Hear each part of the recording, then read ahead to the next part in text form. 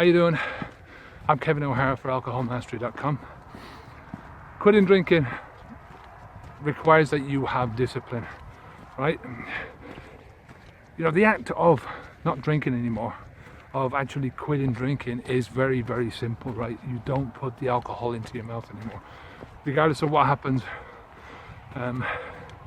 day by day by day, moment by moment, if you stick to that one principle, don't put the alcohol in, then you stop drinking. It's as simple as that.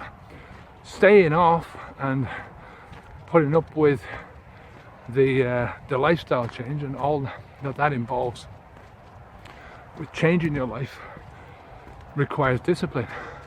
But it's in that aspect of it, you know, quitting drinking will help you to feel better. Quitting drinking will give you back your health to a certain degree. Quitting drinking will stop the intoxication, the intoxication of your body, right? Quitting drinking will, you know, the actual stopping the drinking part and getting rid of that will help you to see things clearly, more clearly than you have been doing. Stopping drinking and getting rid of that alcohol out of your life will help to mend relationships. It will help to increase your prospects for the future. But in order to really ramp this up and push yourself forwards, you've got to have the mental discipline to change the other things in your life. Because if you don't, if you keep trying to have the old life, the old alcohol drinking life, even though you don't drink the alcohol anymore, but you try and keep the behavior, you're inadvertently holding up the behavior. You're maintaining it. You're keeping it there in the back of your head because you're going to the same places, you're meeting with the same people, you're trying to do the same things, and you've got this missing element all the time. Now, as I said, I think over a long period of time, you can get rid of this by reframing these situations. But in general, you've got to do a lot of work, a lot of hard work within your life to change so many different aspects of your life and push it forward in a different direction, and make sure that it's not you're not regurgitating the same old, you know. I mean, that's the mistake that I made all those years when I was trying to quit cigarettes. Was basically I tried to change what I was.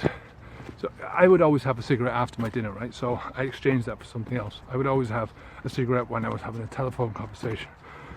I exchanged that with somebody else. I'd smoke loads when I was drinking. I exchanged that with something else. You know, discipline. You know, discipline comes in a couple of different forms. In the early days, when you've first stepped over the line and you're starting a new journey, discipline is all about saying no. I don't want that. I'm not having a drink. You know, avoiding your friends for a while. You know, avoiding those heavy drinking friends anyway, you know, especially the ones who are egging you on and taking the piss, right? You just want to avoid them people at all costs. You know, everyone's got a good friend who should turn around and go, yeah, look, at the end of the day, I support you. Those people you want to keep on your side as much as you can. But for those people who are just taking the piss, you want to avoid them. You know, and I'm not saying there's anything wrong with these people. Sometimes it's just a part of their personality. It's the way they deal with things, and you have to accept that. But you don't have to be with them. Having discipline in the early days means putting up with the fact that you can't sleep for a while and just accepting that, you know. Accepting that you're going to be bored for a while until you figure out other things to do with your time. Boredom is a great motivator to get yourself up off your arse and push yourself towards finding new things to do, you know. So, but you have to have the discipline in the beginning to push yourself past that, right? You've got to have discipline in the beginning to put up with all the discomfort, right? All that disappears in the future, in the long term.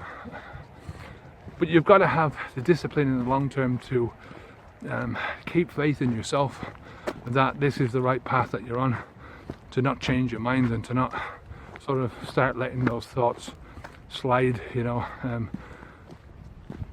to keep the windows intact, you know, to fix the broken windows, and you know, to just believe that this is the right thing for you to do. It always has been the right thing for you to do, and this is what you're going to do. You're going to push yourself forward and keep pushing yourself forward. Keep striving for something better in your life, you know, and that thing better is, you know, it's for you to decide. Everyone's got something different, but you need that motivational, something that you really love doing in your life and you want to do it and your passion. So how do you keep that personal discipline? How do you grow it? I think again it requires patience. It's like the boredom thing, you know. Your discipline levels might be very low in the beginning. You know, there's a lot to do with that instant gratification, you know. I always want to get the instant. I want to get my buzz now, you know. I want to get it now. I don't want to wait. You know, I like the buzz. I want to get it now. So you have to push yourself past that. You have to, you know, a lot of mental discipline comes with age for one thing, but it comes with experience. Mental discipline is a skill that you learn, just like any other skill in life. And that's the way you've got to look at it. So listen, that's it for today. If you have any questions, leave them down below. Come on over to the website and sign up for our Alcohol Mastery free newsletter.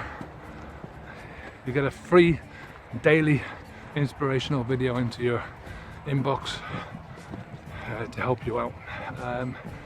Until next time, I'm Kevin O'Hara for alcoholmastery.com. Take care of yourself. Keep the alcohol out of your mouth. Stay safe. Onwards and upwards. Good luck.